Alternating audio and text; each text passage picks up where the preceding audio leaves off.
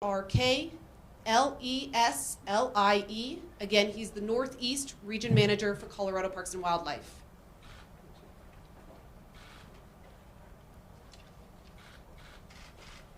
Good afternoon. Stand in front of the microphone, please. Sure. I'd like to thank you all for your time and attendance today. The past 2 weeks has been the culmination of professionalism on the part of Colorado Parks and Wildlife staff, Larimer County Department of Natural Resources staff, cross-jurisdictional service to the public, and an incredible survival of a mountain lion attack. And I do want to give a special shout out to our Larimer County partners here that are in attendance today, because without them, we wouldn't have been able to do what we were able to do. So thank you very much, guys. We all feel extremely lucky that this attack was made by a young mountain lion on a knowledgeable runner. Otherwise, we may be hosting a very different press conference today. I want to let the gravity of that statement sink in a little bit too. These animals are ambush predators and are trained to take quick and lethal action whenever possible. Though the mountain lion in this case was young, you'll clearly see the damage that even a young lion can do when it attacks. These lions are especially powerful. We're all wondering why this happened to Travis, and unfortunately, there isn't a clear answer to that question. As wildlife managers, we face a growing challenge in balancing a booming human population, increased outdoor recreation pressure, and an abundance of mountain lions on the Front Range. The human-wildlife interaction is a very real reality for all Coloradans. Ty Petersburg, our area wildlife manager in the Fort Collins area, will detail our investigation of the February 4th incident, as well as in the days following, where Colorado Parks and Wildlife officers and biologists removed 2 additional mountain lions from the area. I'll turn it over to Ty.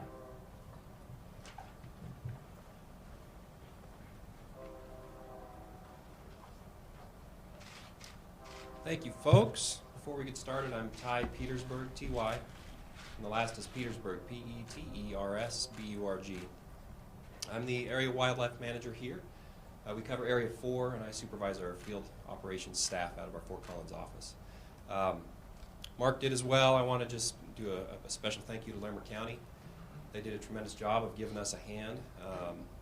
They need to be recognized for their work. Additionally, I just want to recognize my staff. They worked a lot of long hours and days off, and did a tremendous job, as well as our biologists. And before we go too much farther, I just want to recognize Travis, the fellow you're going to hear from today. It's an incredible story, and he's a pretty amazing young man you'll get to meet with a warrior's heart. So keep this positive. This could have been a much different outcome, and I want you all to just keep in mind of what he's been through and just the incredible story he has. It really was a fight for survival. On February 4th, about 3 o'clock, we got a call from the hospital about a man who'd been attacked by a mountain lion. My staff responded, and we were able to interview him in the hospital, where he gave a pretty incredible account of getting in a fight with this lion, where it had ambushed him from behind. He turned around and was able to face it. He did all the right things. He put his hands up, he yelled at it, and it still came after him. He gave us an account about how he got the lion off of him, and how at the end of it all he asphyxiated the lion and left it on the trail, he thought. He wasn't sure if it was dead or not, but he left the area and ran about 3 miles out, where he was helped by some other people.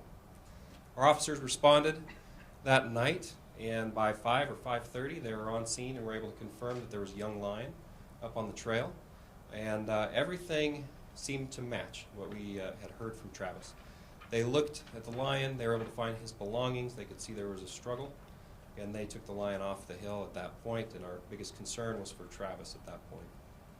The following day, Larimer County, on part of their routine patrols and just doing their due diligence, they located a couple other lions in the area. And as a result, they called us, and they wisely shut down the trail system, as well as up in Laurie State Park, and our folks got to working on it again. From February 6th through the 9th, we had trail cameras set up with some bait sites to be able to see what we had. Did we actually have lions there? What did we have?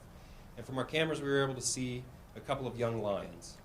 We had no reason at that point to think we had a large female. At least we didn't have any evidence of her. We maybe found one track, but it was pretty undefinitive, and from the cameras we were unable to see any large cats. It was young cats that we only saw. Beginning on February 9th, we set some live traps and continued with the cameras. On the morning of the 10th, we caught one young lion, and then on the morning of the 11th, we caught one young lion. Excuse me, I have those dates wrong. February 8th, we set the traps. February 9th, we caught one. February 10th, we caught the second one. I want to make sure I get those dates right. On the 10th, we had not seen any tracks that were associated with a larger lion, nor did we see anything on our cameras. We left it for another 24 hours. And on the morning of the 11th, after seeing no additional evidence or any sign that we had another lion in the area, we decided to stop our trapping situation, our trapping operations, and remove those. And the following day, Larimer County was able to open up their trails on February 12th. Those lions we live captured. We took them to our health lab. They're in good shape. The staff there wanted to let us know that they were indeed hungry.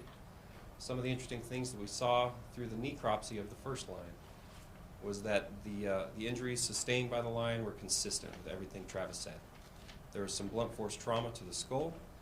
There was some indication that it was asphyxiated, and all of the factorial things that he said were confirmed through this necropsy. It was negative for rabies, and the other interesting thing is that it looked like the animal had probably been eating some more vegetative matter than probably normal. Those lions have since been moved to a rehab facility. Our hope, plan, and intent is to release those lions again. We want to let them grow up, learn how to be adults, and release them back into the woods. I don't know what that time frame is. It really is kind of dependent on how those particular cats do. Travis is a pretty amazing young man. You're going to get to see it here in a second. I just want to emphasize again, this is a person who had no intent of this happening. And at the end of it all, he came out alive to tell you his story today. Thanks.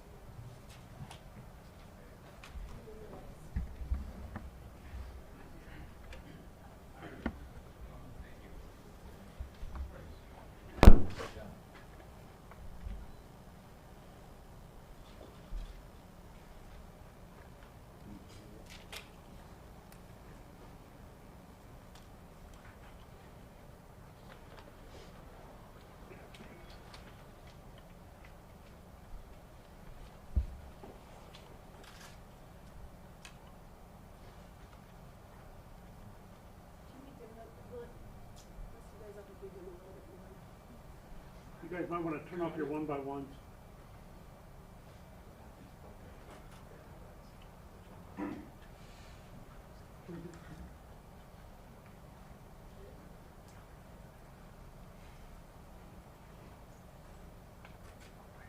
you go. Thank you.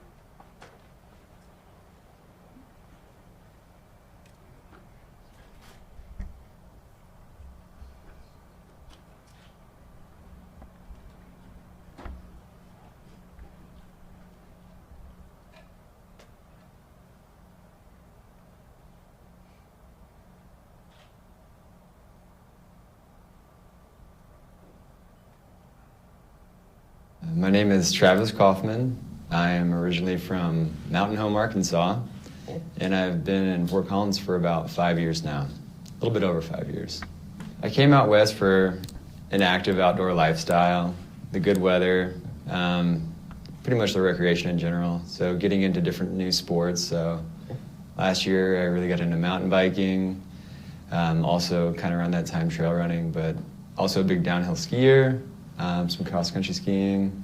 So the activities, this is a great state for just building up more and more hobbies. So I got into trail running really about a year ago. I would go out and usually do about 5 miles or so at the end of work days, and I'd run in the trails, Foothills Trail like around town, the trails up at Lori, and then also into Horsetooth Mountain Space. So I was running on Monday, February 4th. I was going out, starting in Laurie State Park, and I was going to do between a 12 and 15 mile run. So starting from the Arthur's Rock parking lot, I ran along the South Valley trails through Laurie Park, and then ended up linking up with Horsetooth Mountain Park. And from there, did my first Towers run of the year. It's actually the first time I've ran Towers. I've only mountain biked it before. But I just know it's an intense hill. It's really good for getting some hill training in. So I was a little bit nervous and jazzed up about actually just running the hill and getting that complete.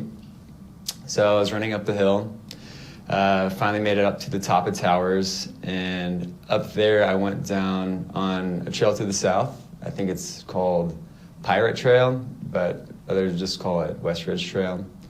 And so running along West Ridge Trail, I was planning on just going to Horsetooth Rock, but along the trail, there's some pretty icy conditions, and I was slipping a little bit more than I wanted to, so I turned back, and then I remember seeing a spur for West Ridge that went to the east of Towers, and so I took that spur, and then about a quarter mile into that run, I heard some pine needles rustle behind me, and luckily I was able to actually turn my head.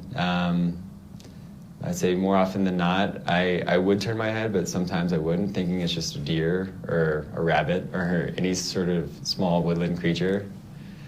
But in the back of my mind, there's always that thought that it could be something else, and that something else this time happened to be a mountain lion. So one of my worst fears was confirmed, and just kind of had like my heart sink into my stomach a little bit, and threw my hands up and started yelling. And when I first turned around, the cat was probably 10 feet away from me, and it just kept approaching. And as it got close, it just kind of lunged at me, so I threw my arms up, and it latched onto my wrist, so I was just kind of protecting my face. So yeah, it latched onto my wrist, and then it just started clawing along my face, and then my legs, and I was just kind of screaming the whole time, doing my barbarian yell as best I could. And I tried to throw it off of me, and as I tried to throw it off me, we both left the trail because it just re-gripped onto my wrist and kind of tumbled off the slope to the south side of the trail. And from there it was just a wrestling match. It was thrashing, and then it still had my wrist locked in its jaws. And I was able to kind of get my left knee to pin down its back legs. Because as a pretty new cat owner, I realized that once you get a cat on its back legs go crazy, and that little rabbit thrash.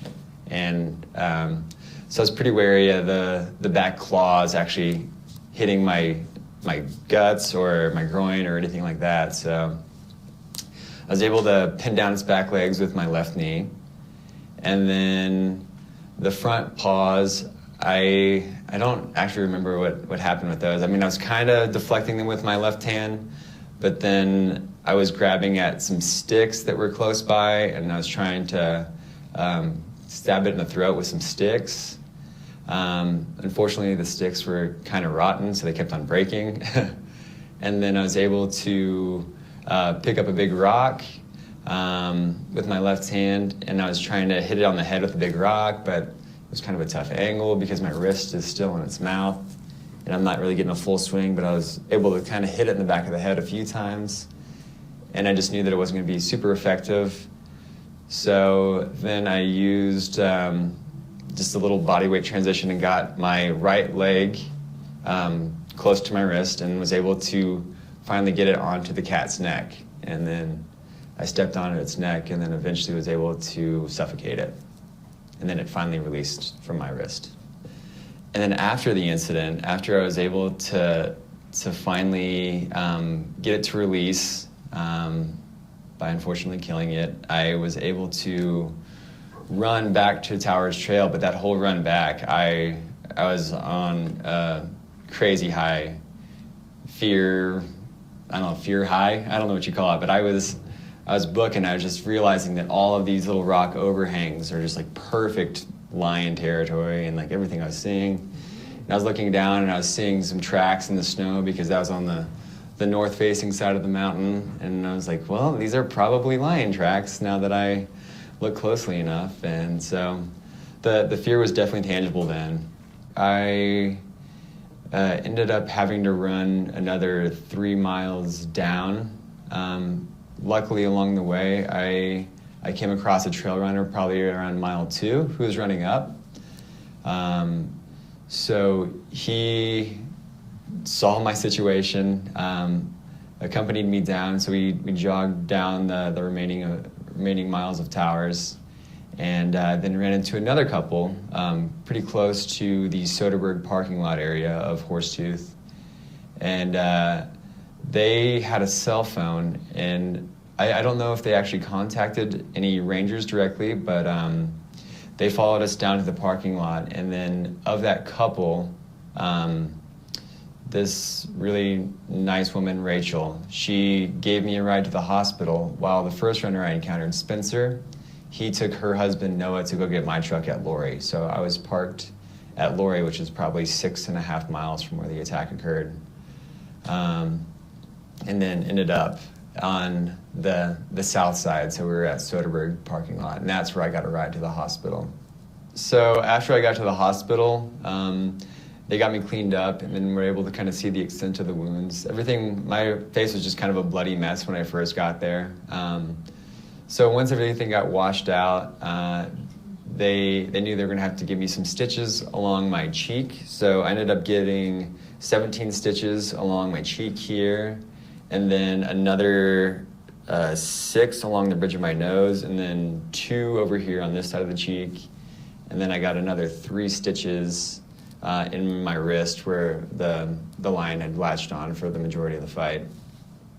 Other than that, it was just a bunch of, I have several puncture wounds that were just from teeth or claws, so no long gashes, just a lot of small little circle-sized things. And at the hospital, luckily, they pumped me full of a bunch of antibiotics, so hopefully all those puncture wounds don't amount to an infected wound. So far, I'm about a week out, and I feel great. Things are healing up really nicely. I think it's just one of those really weird, sensational stories. It's super rare. I feel like I should go buy a bunch of lottery tickets. But it's one of those things where it captures the imagination just because it's a modern-day man versus nature scenario, potentially. I know there's not that much of it. We get a little bit more disconnected as we've come through the 21st century. So I don't know, there's still, I think, a degree of aura and mystique around that there is certain scenarios where you can still kind of have a really dangerous and potentially deadly experience in nature. Yeah, my advice for people who would be a little bit more reluctant to go into the back country or open spaces is to, again, just be aware that you are sharing that space with wildlife. And one of the things that I'm really glad that I did was turn my head, and I couldn't have done that if I had earbuds in. So I think just to kind of fully appreciate the sights and sounds of nature, go without earbuds, and if you can, go with a buddy. That's something that I will be doing going forward, going and doing some of my more long remote runs with a friend, and also whenever mountain biking season comes around, doing the same.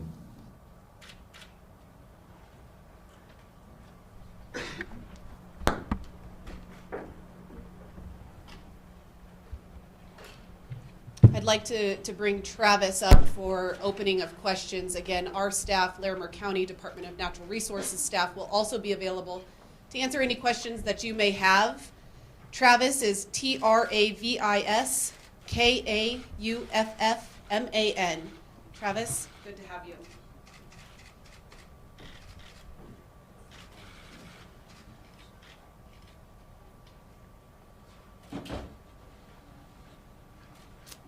Hey everybody. Just a show of hands.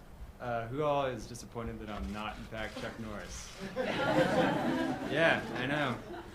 A pretty big letdown for everybody who thought I was a big beefy guy. So, I guess I'd just like to start off by thanking some of the people that helped me on the way down. So, let's see, we had Spencer, who was the first runner that I ran into. Very helpful guy, ran down, jogged with me, got to talk with him, kept me calm. And then Noah and Rachel. So yeah, Rachel was the lady that drove me to the hospital, kind of kept me calm. We talked during the car ride there. And then Noah, who is just a champ, went and got my truck, drove to the hospital, dropped off my things so I could have my phone and contact my loved ones and let them know that a weird thing happened, but that I was okay. So I really appreciate their help. And then, of course, just my friends and family through all this. They've been really supportive and incredibly nice. So. Can you move the microphone a little closer to you? No, Sure. you need to turn that on. That's what That's better, thank you. All right. So yeah, thank yous aside, I guess I can take some questions now. Can you tell us your experience from beginning to start? From the start to the end. From the beginning to the end. We'd like to hear it, and not have to rely on the video that we just saw. We want to hear you. What was your experience? Okay. So my experience as, I know you guys saw the video, but in person. So I decided to go for a run last Monday, February 4th. It was around noontime. I wanted to go on a pretty long scenic run. I headed up to Laurie State Park, and I kind of had a predetermined route that I was going to go on. And I knew that I wanted to do towers because I just wanted to give myself a hill challenge. So ran through the south side of Laurie State Park, which is a couple miles, and then linked up with Towers Road, which is a really steep 4x4 road. It's about 9% grade on average, and it's a little under 3.5 miles to the top. So running up, successfully got through the run and felt pretty good. Up at the top, I was able to look around and really take in some of the views. So up there you can see Fort Collins and the Front Range to the east, and then to the west you can see the rest of the mountain ranges and the Rockies kind of descending in space. So it's super pretty, get a good 360 panorama. And at that point, I was planning on running south to actual Horsetooth Rock Peak, which is just the really iconic rock that you'll see on the east side of town when you look at the skyline. But I encountered some ice on the trail about a half mile in, so I turned back and then decided to peel off on the now infamous West Ridge Trail and cruise on that east to head and hook back up with Towers and then head down. But about a quarter mile into that run, I ended up hearing some pine needles rustle, like a stick break, and I turned around and just was pretty bummed out to see a mountain lion chasing after me. So I stopped and threw my hands up in the air and I started shouting, and unfortunately the shouts didn't deter it, so it just kind of kept running and lunged at me. It was going toward my face, so I threw up my hands to kind of block my face, at which point it grabbed onto my hand and wrist, and from there it started to claw at my face and neck, and that's when kind of my fear response turned into more of a fight response, because I realized how close it was getting to my eyes, and it got a claw in my lip, and I tried to throw it off me at that point, and then we took a little tumble down the south side of the trail, and down there just kind of had a little wrestling match, at which point I was able to get on top of it, pin its back legs so I didn't get any soft tissue scratched out in my nether regions. And at that point I was grabbing around for sticks. I only had my left hand free. My right hand was still locked in its jaws. Tried to to get at its neck to see if I could stab it in the neck to get it to release. That wasn't working. The sticks were breaking. So then I picked up a rock that I had seen kind of near us. It was pretty heavy and it was kind of hard to wield, and I tried to give it a few bashes in the back of the head, but fortunately I just kind of had a tough time swinging it with my arm still locked into the cat's jaws. Really wasn't working too well at that point. I knew with two pretty good blows to the back of the head that it didn't release, that I was probably going to have to do something a little more drastic, and then I was able to kind of shift my weight and get a foot on its neck. And at that point, I stepped on its neck with my right foot, and just slowly after a few minutes, I thought I'd be getting close, and then I'd start thrashing again, and had a few more scratches that resulted from those thrashes at that point. And I'd say another couple minutes later, it finally stopped moving, and then jaws opened, and I was able to kind of scramble back up the hill and get the heck out of Dodge. How long did it all take from start to finish? It's hard to say. I mean, I guess in my mind, if I replayed it, it seems like a long time, but I would think maybe 10 minutes at most. A lot of people who are attacked by other animals say that some of the most vivid memories they have are of what they heard and what they smelled. Can you talk about that? I was actually kind of surprised about the silence of it. There really wasn't any growls that I was hearing. I didn't hear any sort of cat noises that I would normally associate with a wild cat. The smells, I don't really remember the smells. I remember looking down and seeing the claws, like retracting and then coming out of its paws, and was just really looking at those because that's whenever the front paws were just kind of thrashing when I was on top of it.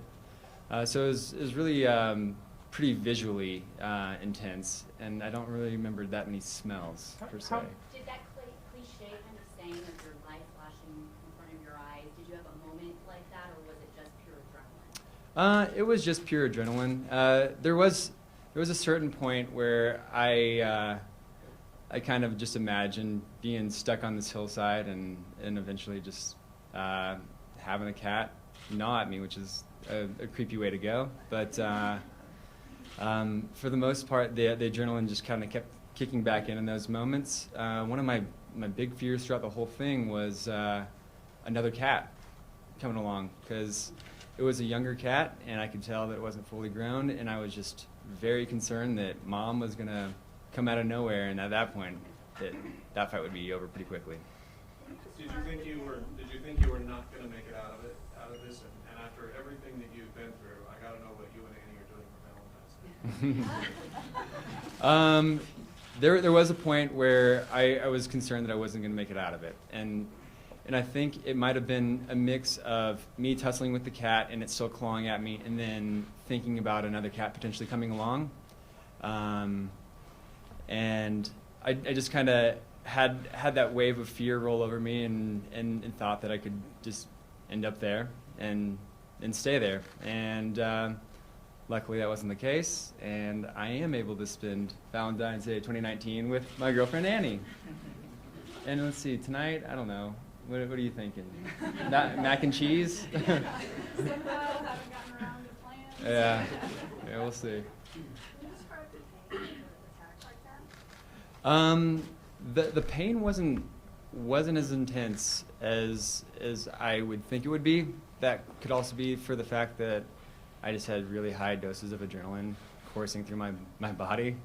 The thing that hurt the most was my wrist, and that's just where the cat had kind of latched on.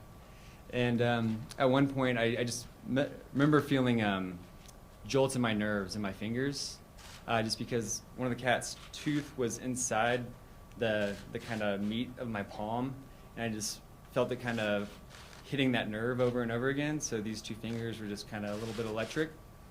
And then it was grinding after I hit it in the head with the rock, it started grinding its teeth back and forth, and I could hear kind of ligaments and tendons shifting around in there, and that it hurt, but I also remember the sound of that was pretty disturbing. I was like, well, there goes all loss of function in my fingers, but luckily it's not the case.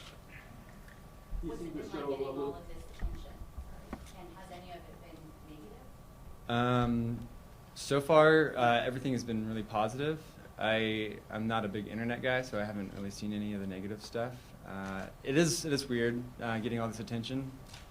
I don't know. It's kind of weird to feel kind of famous for like an unearned reason. It's very much like a situation of happenstance, where like a wrong place, wrong time, instead of an earned sort of degree of fame, I guess. So that's been pretty weird.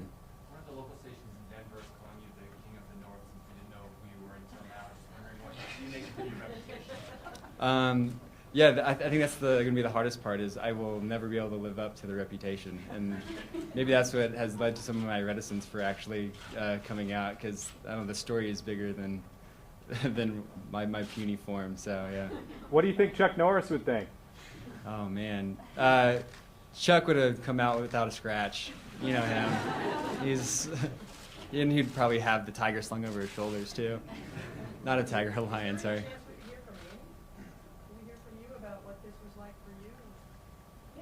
Sure.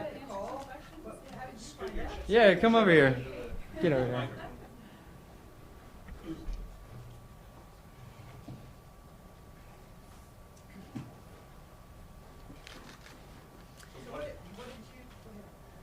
What did you think when you heard this story?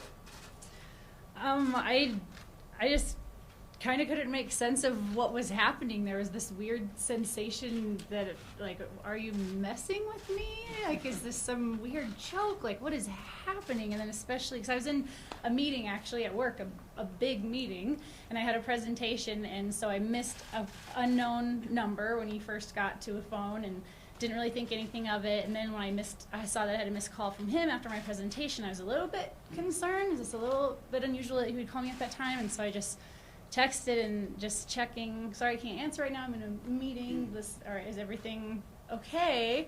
And he started with, which I'm very glad, I'm okay, but I got attacked with I got by a mountain lion on my run, and I'm in the ER at PVH, and of course I jumped out of my chair and ran out of the meeting, and then we were able to talk for a couple of minutes, and then I think I must have asked him how he got away or something like that, and that's when he said that he killed it, and that's when I think it was like, what? She totally didn't believe it. I was like, so I think there was a level of just confusion, and then we didn't really talk on the phone for much after that. I was like, okay, I'll be there in 10 minutes. Ran back into the meeting, grabbed my stuff, and was at the hospital in probably about 10 minutes. One of the scariest parts of that day anyway was getting to the hospital, and they told me which room he was in, so I ran and I found the room, and you have all this buildup in your mind of what you're going to turn around and see, and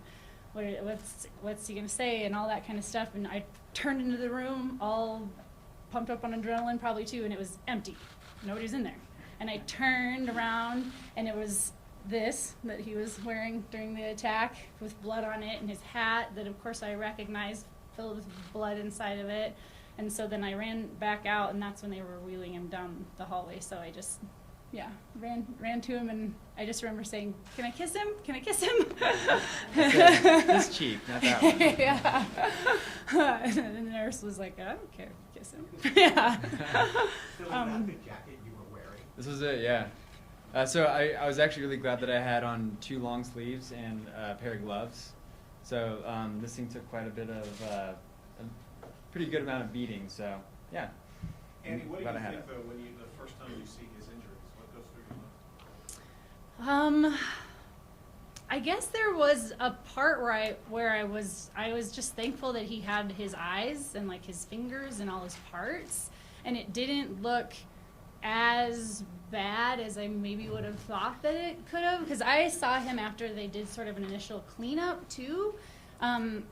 When we were in the room together, there was definitely some times where I couldn't take my eyes off his cheek gash. That one was pretty intense to look at, but it was never like I felt like you couldn't look at him or anything like that. Just definitely just happy that he had all of his parts. Travis, you're an outdoorsman, but have you ever given any serious thought to what you would do in a situation like this before it actually happened? Or does it just seem remote to you? I mean, a little bit. Just the kind of generalities behind it. So pretty much black bears and mountain lions you fight, grizzly bears you don't. So stuff like that. Did you instantly know what kind of animal you were dealing with? Yeah. I kind of second guessed myself when I was talking to Jason, who was the first officer that I spoke to after the event. I was like, well, I think I'm pretty sure it was a mountain lion. And then he's like, well, I think it might have been a bobcat. I was like, oh, it could have been a bobcat. Didn't really look at the tail too much. I was looking at teeth a lot. So, but yeah, I pretty quickly recognized it as a lion. Do you have any background in martial arts or wrestling or anything like that? Zero. Yeah. I feel like the only actual martial arts experience I have is I sometimes do the insanity workout tapes. And he does like the power jabs at the end. Are they paying you to say that? Pardon? Are they paying you to say Yeah, that? yeah. You're welcome, Shanti. How old are you? How tall are you? How much do you weigh? I'm 31. I'm 5'10", and I weigh about 150, 155 pounds. How many cats do you have? One. Are you getting rid of it? No. Yeah. No. So far he's been a real sweetheart. I feel like he knows that something's up, so he's been extra nice to me and has kept his claws in the paws. Do you have any sort of PTSD from this? No. I think one of the main reasons is, for the most part, I feel really fortunate that the situation turned out the way that it did. And I really feel like I made all the right decisions whenever I had to. So, and the decisions that I did make were pretty instinctual. It really wasn't like a super like thought-provoking moment where I had to come to a conclusion to make any sort of decision, I guess. You moved to Colorado to pursue this outdoor life. Pardon? I said you moved to Colorado to pursue a life in the outdoors. Yes. Did this change your mind? No, not at all. It's definitely a very unique state that you can actually see wildlife. It's usually better at a distance, but I mean, I can't get over the number of hobbies that I've adopted since I moved here, and also consequently like the amount of money that I spend on maintaining those hobbies. But it's just one of those things where I feel like this state has made me younger moving out here. Are those areas safe to run in, looking back at what happened and given your experience? Are those areas and those trails safe for a runner? I would say so, yeah. Just because I know several people who run up there all the time. I mean, just the statistical probability of it is so remote. It's just a really weird kind of anecdotal experience that I have where I'm like the one outlier. So I will go run those trails again. I will go with a buddy though. What was it like to go back when with Colorado Parks and Wildlife officers and kind of retrace your route? It was cathartic. It was a little creepy though at times. I remember when we got to the area where you kind of see some of that pine growth start and see the bed of pine needles on the ground. I'm like, well, yeah, this is, right in the area. So I was looking around, kind of taking in the scene, and then when we got to the point on the trail where Jason had kind of shown me where the fight had ensued because of the disturbed pine needles, I remember just looking back and remembering where that cat was framed in the trees. So yeah, it was good. I'm glad I did it, but yeah, it was definitely a little eerie. Other than running with a buddy, is this going to? Sorry, in the back? Other than running with a buddy now, are you going to consider maybe taking a knife with you or a stick or something for protection? I would potentially consider a knife, but yeah. Strength-wise, do you think because it was a smaller cat, you were pretty evenly matched? Yes. What would you say to other runners so that they're situationally aware when they're out on the trail? Kind of like I had just reiterated, or I said in the video, don't run with headphones in some of those really more remote areas, and yeah, just kind of keep all your senses open and take in whatever is happening, because it could easily have been in an area where there weren't pine needles on the ground, and it'd just be a flash of movement that could catch your eye, and then at that point, turning is really important so you don't get something on the back of the neck. What was the reaction of the doctors at the hospital when they saw you? Was it like, we've never seen anything like this before, this is a 1 in a million, or what kind of reaction did you get from the doctors? Yeah, I remember asking them, the PA that stitched me up, I asked her if she had ever had a mountain lion attack before. She said, no, we had kind of like a weird fake bear attack last year, but never a mountain lion attack. And I was kind of surprised on that. And even when I checked in, because I got dropped off at the front door by Rachel, and I kind of walked through the metal detector, I'm like, so what's your issue? And I said, well, I was attacked by a mountain lion. And then the lady just kind of was like, oh, you're serious? And so they admitted me to the back, and then they started giving me some really great care, like right off the bat. What do you like about trail running? Are you still doing the dirty 30? I like the remote aspect of trail running, and I like just the change in terrain. It mixes it up. I feel like running on flat roads can really get dull after a while, and I'm definitely still doing the dirty 30. How's training going? This week it got set back a little bit. I've been on a few runs since the incident, but nothing more than 10 miles. So I'm glad that I still have like pretty good range of motion in all my other body parts besides my wrist. Has it changed your outlook on life at all? A little bit, but really not too much.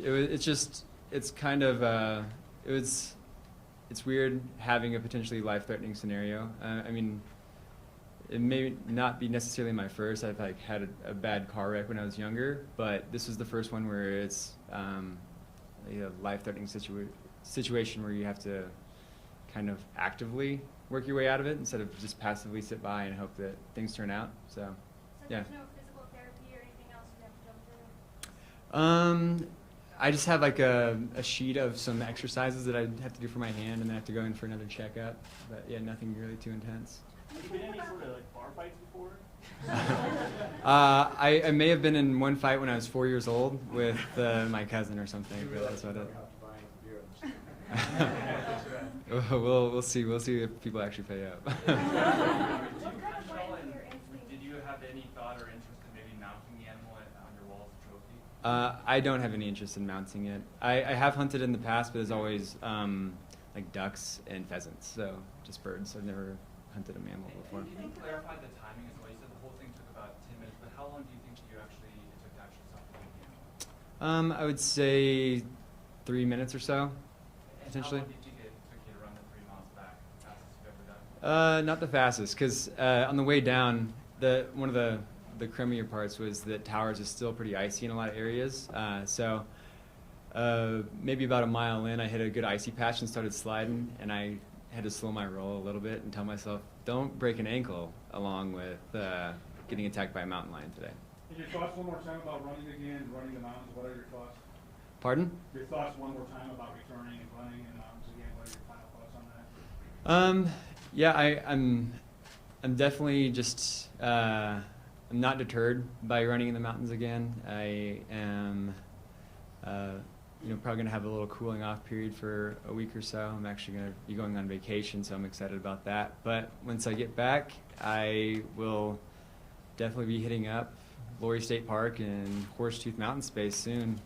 Get back on the trails and try to get some more training in so I can not completely fail at the dirty 30. Where are you going for vacation? Somewhere out of the country. Did you get in touch with Rachel that took you to the hospital? Yeah, I actually received a text message from them last night, give me some well wishes, and when we get back from vacation, we're gonna have to take them out to dinner and thank them. Are any of them here at the press? I don't think so. Do you have any advice for if someone comes across a mountain lion? Just kind of what CPW and a lot of agencies have iterated. Stand your ground, don't turn and run away, make noise, make yourself look big, and if necessary, fight it. Any plans to write like a survival guide or maybe like a book or something telling your story? It'd probably just be a pamphlet because it's not very long. I just kind of like instinct in wrestling the cat. Is that something that was like automatic, or did you just kind of realize that that's what you were going to have to do to get away from? So killing the cat, yeah. It really clicked after I hit it in the head with a rock, and it still didn't release my wrist. That at that point, more drastic measures were necessary.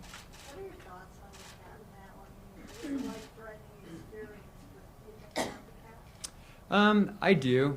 I mean, not in any sort of form of regret, but it's one of those just really unfortunate situations where we're both in the wrong place at the wrong time. I have a question for Amy. How are you handling the increased attention from females? So we already got marriage proposals. Yeah, one of my coworkers, her first reaction when she found out it was Travis was, "You gotta lock that down." But I mean, I guess I haven't. It's been something to kind of chuckle at, but I haven't had too big of a reaction to it. I guess there was one that said something about how he's not gonna have any trouble getting dates, and I just thought, nope, he won't, because I'll be taking him on some dates. They will be with me. Do you have any sense of why the animal attacked you? I mean, we've heard that these types of animals don't generally attack if they have an escape route. Do you think that they did have nowhere to go? They thought it had nowhere to go?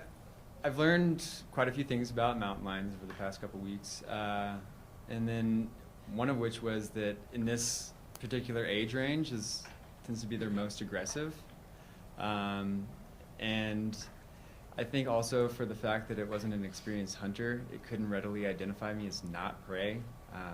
So it was definitely pursuing me as I was prey, but I think that's kind of why I just kept going. Are you planning on doing any of the press after this? I haven't really fully considered it yet. You mentioned some precautions you can take, and what I'm getting at is you said run with a buddy, don't wear earbuds. I found that interesting. You said it in the video. Can you say it for us here? Yeah. So I mean, really, one of the other added benefits of not running with earbuds in is during the summertime, whenever there's a bunch of mountain bikers, you don't get smashed by a mountain biker running behind you. So it's great to have some sort of awareness about you whenever you're actually out in the middle of nowhere. As an environmental consultant, did that play into what happened with you at all? Did your experience back in our training play into it? I mean, not necessarily. I do work in a lot of remote areas, so there is a certain interaction with wildlife, but it's mostly rattlesnakes, and that's usually my primary fear when I'm actually running up around here too.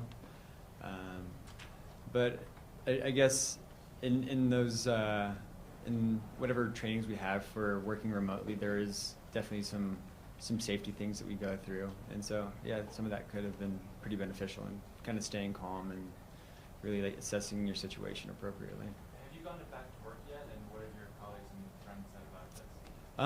I actually have not gone back to work. My company has been very supportive and really understanding, and I think they kind of just knew if I was out in the field and I encountered anybody, I'd just be bombarded with questions all the time. So they've been really nice and kind of have let me work from home and do some stuff that's a little bit more low key. So it's been great.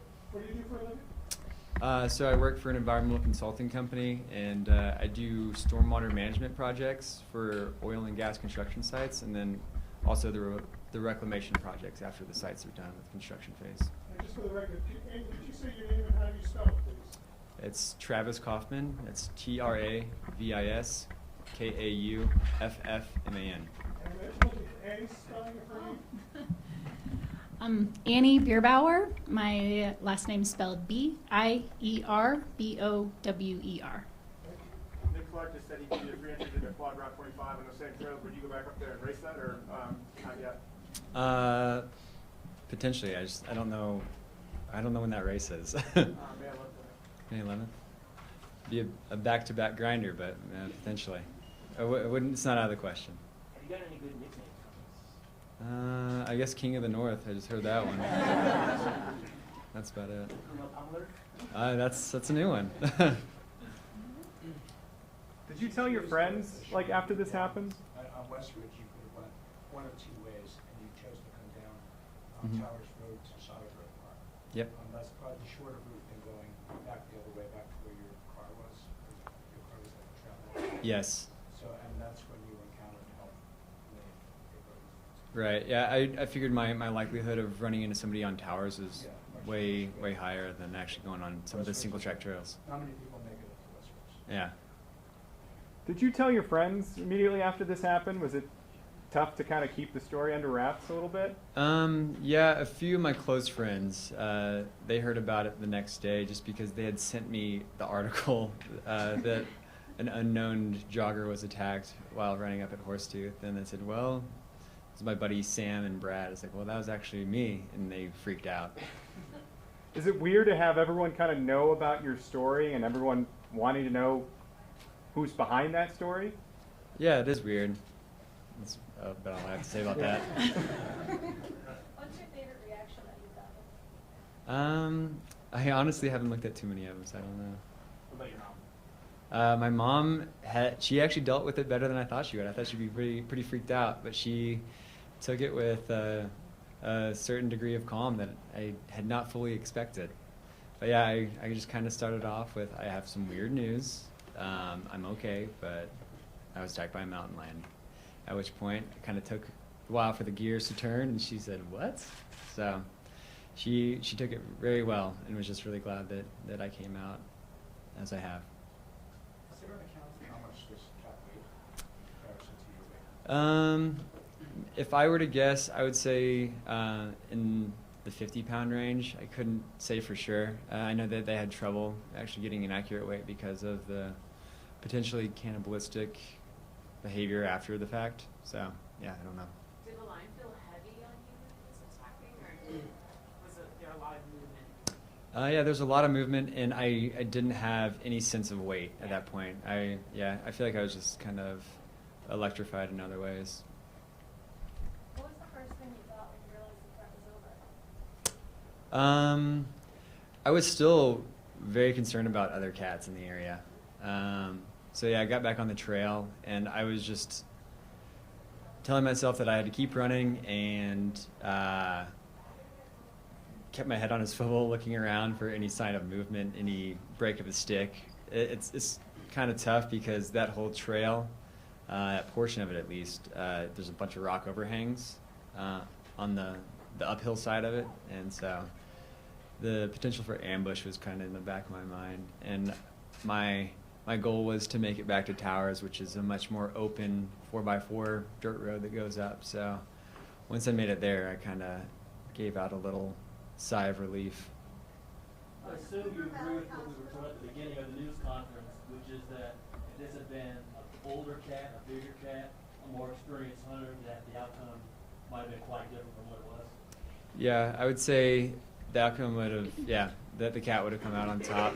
But also knowing what I've learned recently about cats, that's really highly atypical behavior for an adult. They tend to know way better what is prey and what is not prey. Roughly how big was the animal? Can you just maybe describe the animal? I would say it would probably be about yay long, and then probably a little bit shorter than the height of this table. And you seem, reluctant to be in the spotlight. Did you ever give any thought to just not coming forward at all and just letting the legend live on? Yeah, a little bit, but I also kind of heard that once an investigation comes to a close, that a name is open for release through Colorado Open Records Act. So at least at that point, I can tell my story kind of first and foremost and get out in front of it a little bit. And you were taken to Cougar Valley Hospital, is that where you went?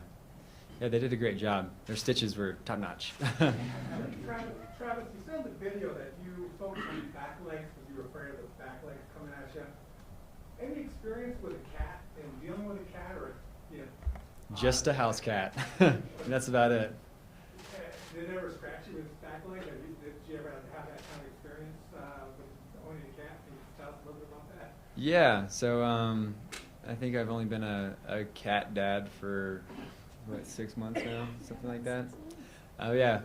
Anytime I play with him, he gets on his back. He'll just kind of go crazy with those back legs and start scratching. And usually I have on my long sleeve sweater or something to help deflect those blows. But it's definitely a good thing to know in that situation. Are you a dog person now? Yeah, I'm always a dog person. What's the cat's name?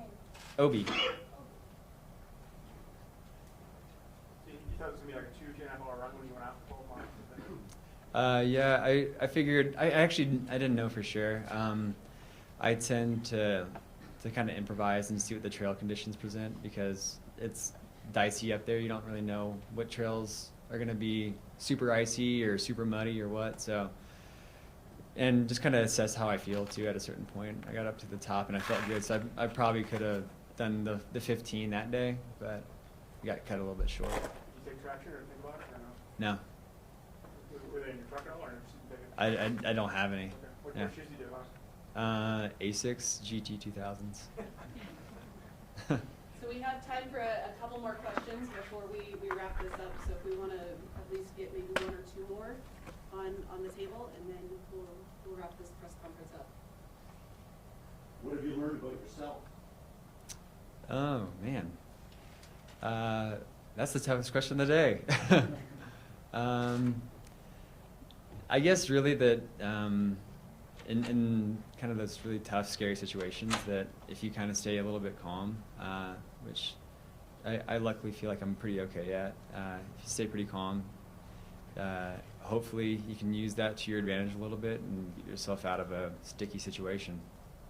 Do you think you'll be more or less confident next time you go out into the outdoors? A little bit less. Yeah, I mean, I've been out running, and I feel like I am a little bit more jittery than I had been, but I kind of really analyze all of the paw print tracks that I see now. I'm like, oh, do I see claws? Does it look like it's a rounded paw like a cat, or is it a dog? So I'm maybe not jittery, just more investigative. How long were the claws? I couldn't say for sure. Maybe the size of this like first set of the digit. Couldn't tell though. What did the cat's breath smell like? I don't know.